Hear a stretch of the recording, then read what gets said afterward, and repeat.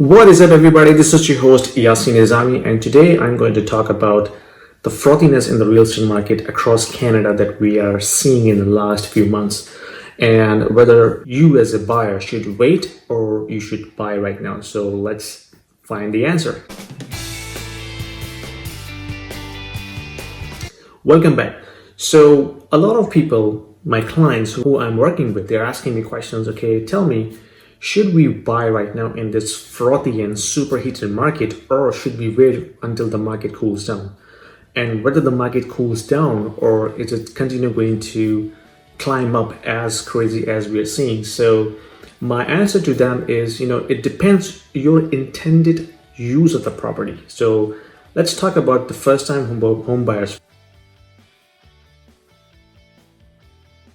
If you are a first-time home buyer and you are currently renting and you have access to the liquid cash that you can put down as a deposit, I would say definitely you should go ahead and buy right now, because if you're renting, you're paying rent into somebody else's pocket, your landlord. You're not getting anything back as a return, right? This is a sunk cost. So it's much better than renting right now, even in this frothy market, because when you buy your primary residence, you're not buying it for flipping it, right? You're buying it as your primary residence, as your shelter. So you're gonna buy and live in there in that property for long term. So it doesn't really matter if it dips 5%, 10%, even 15% in the next 6 months, because if you're buying it for long term, let's say 10 years, 15 years, in that period, the property will be 300% up. Okay, so definitely, if you are a first-time home buyer, you're buying it for your primary residence, you should go and buy. Okay. Now let's talk about the investors. So investors buy because they wanted to have better return on their investment. As I said in my previous videos, that real estate is a long-term game. It's not short term. Do not treat it like stock market.